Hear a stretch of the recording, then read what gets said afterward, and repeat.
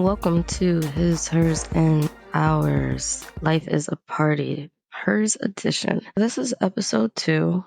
If you listen to our previous episode, you'll know that I'm just trying to share information and enlighten the masses. I use that word as a joke. We just want to share our experiences and lessons with anyone who can benefit from it, or even if you can share it forward if you encounter someone who is going through a similar situation or who needs advice. Maybe you could pick something up from us and help them see that there is a way forward and that it's okay to be in difficult situations because there is a light at the end of the tunnel. It's always the darkest before the light. There's so many quotes and sayings out there that express how there is an end to all things and things can be better when it reaches that end.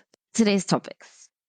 I feel expectations are very high these days. And it's great to have high expectations. Like I said, kid wants to be president, definitely possible. But there's a difference between setting an expectation and chasing your desires. So I have an expectation that I'm going to graduate from high school and go into a college program or a technical program that's going to give me a successful future. A desire is I desire to make lots of money and I desire to make it as easy as possible. Expecting people to love me or care for me or help me, which is not always the case. So in that case, that's an expectation that's outside of your control. So when you set expectations that are outside of your control, you set yourself up for failure. We cannot control how people will treat us, how they feel about us, or whether or not they will do any actions for us, like you $100, pay your light bill if it's about to be turned off, or buy you something to eat because you guys went out to eat, so they'll pick up the check. Like, you shouldn't have an expectation of what people are going to do because, like I said, you set yourself up for disappointment. So when you show up for that lunch date with that aunt, uncle, cousin, friend, whatever, blind date, significant other, make sure you have enough for whatever you're ordering, because what if they don't pay? You want to be stuck in a situation where now you're resentful because you didn't have enough? Always have a backup plan and only set expectations for things that you can control. Now, can you control getting laid off if you have a job? Or can you control the train breaking down on a given day and you being stuck for an hour and it completely makes you miss your audition or something like that? No, those are things that you have to accept that it did not happen the way that you wanted. Maybe next time you give yourself more time, or you take a taxi, or you just move on. Because if you dwell on the fact that your expectation wasn't met, it becomes draining. It just eats away at you and it makes you doubt yourself. So just always remember, you want to move forward. You want to set reasonable expectations for yourself and none for others. You do want to pay attention to how people treat you and the expectations that people put on you, because you know what? Your sister or brother might expect you to always be there for them and pick up their falling pieces. And you might be subconsciously doing it because it's ingrained in you to always clean up their messes. You can put a stop to those expectations. You can wean somebody off of dependency and leeching or exhausting your energies, because all that's happening is it's holding you and them back, because people can't grow if they're expecting you to solve their lessons. They're not learning what they need to learn. Okay, so desires are more wants. What do you want? You desire a big house, you desire a fancy car, you desire that purse, those shoes, you desire recognition. Desires are absolutely great when they come true, but they should not be what drives you, because it can steer you in the wrong direction, and it can cause you to trust the wrong people because they'll feed on your desires and set unrealistic expectations.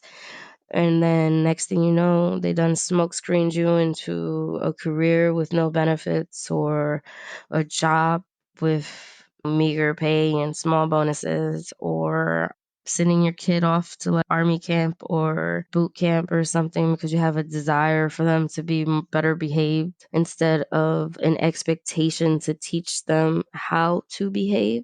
Okay, we'll move on to kindness and people taking advantage of your kindness. So, paying it forward, being a nice person, holding the door for people. It's annoying when you hold it for one person and then 15 people walk through. It's like, dude, I'm not a doorman. But I just feel like, USA, I let it go. Hopefully, it doesn't hit the next person, because I tried to be kind and people are taking advantage of me because they're in a rush, or they don't care, or they don't see anything wrong with it, or the ones that walk through and don't even say thank you. Like, well, you know what?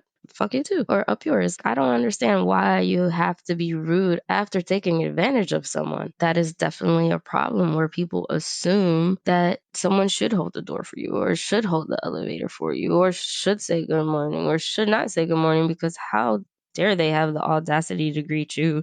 Don't they know that they're not on your level? Like, what is your level? Who are you? A human being. You are a human being. I am a human being. We are all human beings. So there is no level. There is no one who is better than me, and I am not better than anyone else. So if I see someone is taking advantage of my kindness, if I feel that it is draining on me, I do take a step back and I use a different approach with that person. I put that person on okay, you cannot contact me every time you want to contact me. You can contact me maybe once a day, or you can send me text messages instead of calling me, so that I can address this issue when I have the time, instead of you constantly disturbing what I have going on and me not knowing how to shut you down because of my kindness. Looking at someone struggling with the stroller and helping them is an act of kindness and doesn't hurt to do that. Giving someone a seat, a pregnant lady, an old person, someone with a kid, someone with disability, or just someone who looks tired because they've had a long day. Give your seat up. If you have the energy, if you're not tired, or you're getting off at the next stop, why not? It's completely different than someone who comes in and says, well, you have to give me that seat because you're like 18 years old and I'm 65. Okay, that's being rude. And yes, that person should have, but you can't just demand things of other people either. So you can't take advantage of people or be taken advantage of. I guess that's what I'm trying to say. Family and friends versus acquaintances. Many of us confuse acquaintances with family and friends. The person that you're drinking with, that you're telling all your secrets to, that you're complaining about your job to, or saying, I really cannot take this job in the way that they treat me, and I'm going to go find another position, and this is bullshit. They will go out and tell your managers, or they'll be in their meeting and be like, well, so and so is sick of this job, and I know that they're asking for more money, but they're going to be leaving soon anyway. So why would you give them or continue to keep them here when they're not grateful for what you've done for them already, or they're not satisfied with how you're treating them? Like, they're just going to continue to be ungrateful. You cannot trust everyone that you believe is your friend, and even some of your families are actually acquaintances. They're people who are not on your side, who will tell all of your business to the rest of the family and be like, oh, this person pretends like they have so much money and they have all these purses and cars, but they're $50,000 in debt. Their accounts are always overdrafting. They don't have this, they don't have, and some of it might be true and some of it might not be true. But you know what? The people listening to it don't know that it's partially fabricated. They don't know. They're just sitting there eating popcorn, listening to the gossip about you. And then unfortunately, sometimes friends and true family members that love you still talk about you. So friends will honestly make a statement and be like, yeah, that person doesn't care where they sleep. They sleep on a couch, they sleep on an air mattress, they'll go to whoever's house. And to one person, it'll be like, oh my God, they were talking shit about you, but they spoke the truth. They didn't say anything that was false. The way that they said it makes it seem like they were talking bad about that person or me in this example. But you know what? I can't be mad at her because she stated the truth. There was a time where I told my friend that, I was on a health kick, and I told her that she needed to lose a whole bunch of weight because she was extremely unhealthy and that she shouldn't have been proud of buying new clothes at that size. She should have worked to get smaller. She was extremely hurt by that. I thought I was talking to her as a friend and being truthful and telling her, you need to be healthy. And she felt like I was telling her that she was fat and that no matter if she had new clothes, it wasn't going to change anything. My friends hurt each other with words, but the difference with a friend and an acquaintance is it's not on purpose, and it is something that you can work beyond and get past because your friendship is more important than the misunderstandings. And sometimes your friends can be family and tighter than family. I have many people that I talk to more than my mother and my sisters, and that I make sure to send a Christmas present or Mother's Day, or just reach out to them and say, hey, how are you? It's been a while, da da da da. And my mom has to call me and be like, hey, did you forget about me? Because the people that feed you are the people that you feed back. The people that grow you are the people that you're drawn to once you're grown. Like the flowers go in the direction of the sun. If you don't know the people who were there for you because of all the confusion and misguidance that's out there, the words, the speech, the he said, the she said, the this happened, that happened, this is bull, that's bull, like, oh, I can't trust you. If you can't get past all of that, just sit down and take a look at who you are drawn to more, who is there for you when you need something or you don't. Because the people who reach out to you and always need something, but the ones who reach out and just be like, you know what? I just want to know how you were doing. Is everything okay? You were on my mind today. Those are the ones that you really want to keep in your corner. And there was this one time where the pastor said that you only really need 5 friends. But with 5 friends, you can accomplish anything in this world. So if you have more than 5 friends, I mean, 5 of them are legitimate, and you might be one of multiple people's 5 friends, like, right? So you have this one friend who has 4 other friends, and your next friend has 4 other friends. Sometimes you have overlapping friends, but you have to learn how to share. That's another thing. Like, oh, I was so possessive of my friends and families. Like, my aunt was my aunt, and no matter the fact that there's so many cousins. And my friend, she has at least 3 other best friends and 10 really close friends. And I was like, well, where do I find myself in this group of friends? Feel very inadequate a lot of times. And I felt like I was lacking and that I wasn't really her best friend until life fast forwarded, and life showed her that she appreciated me, and she sat me down. She told me, she's like, I just appreciate the fact that you have always been there for me and that you are my best friend. And I don't say it enough of how much I needed you and need you in my life. It feels good to say stuff like that because as a friend, you beat yourself up like, oh, well, she didn't make it to my bar mitzvah, or she didn't make it to my congratulations on my promotion party, or she didn't make it to my wedding, or she's not one of my bridesmaids, or people disappoint us all the time. And then we try to use that as a measure of our friendship or our relationship. And that's not like, life happens and things happen, and that's not what you should use to judge your relationships. It should be who can I emotionally depend on? Who can I mentally depend on? Who can I financially and physically depend on? These are the people that you should keep in your corner. Okay. Careers and jobs. There is having a job and there is having a career. Now, you can have a career at Target or you can have a job at Target. You can have a career at Wells Fargo or you can have a job at Wells Fargo. You can do the same thing at any place. It doesn't matter if you work for the government, the city, state parks. If you're a janitor right now, you can make a whole career out of being a janitor. You could become the head janitor and make 150, 160K a year. Don't let people downplay a position because it doesn't sound like it's going to make you money or it's not going to lead into a career. Jobs can become careers, but that's only if you make the effort, if you move forward and are determined to make a difference. You have to strive. You have to show you're a go-getter and that the sky's the limit. People will see you going above and beyond. They will assist you, or God will put the person in front of you that will assist you, guide you, grow you, and lead you. Because that's what he does. He gave me multiple people that talk to me about dressing like a tomboy and dressing the part that I want. I still don't do that. I definitely downplay that. But you should. You should dress for the life that you want and not the life that you have. That doesn't mean buy expensive clothes. That means dress professionally. Make sure that your shirts have space. Don't wear black bras and a white shirt and have your buttons so tight that people can see in between them. Just take a moment to look decent, to be decent.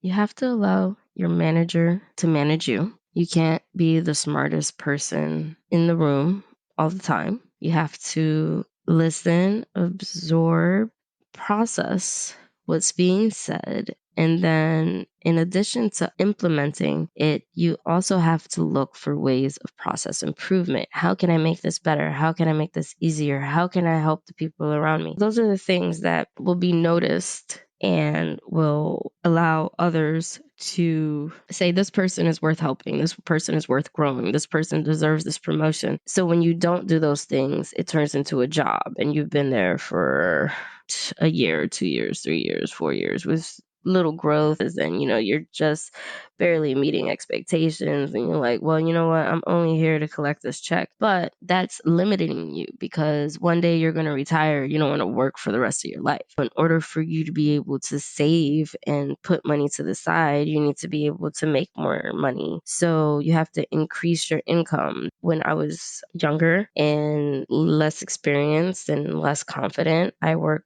multiple jobs, so I had to go to a retail store after I got out of my one job, and I only had maybe 45 minutes to get there, and I had to work my shift, and then I had to get out of work, pick up my children, and forget about checking their homework, but feed them, get them in bed so that we could do it again the next day. And then I would work on the weekends, and all of this for like $120. So when you look at what I made off of the amount of aggravation, definitely does not look like it's worth it.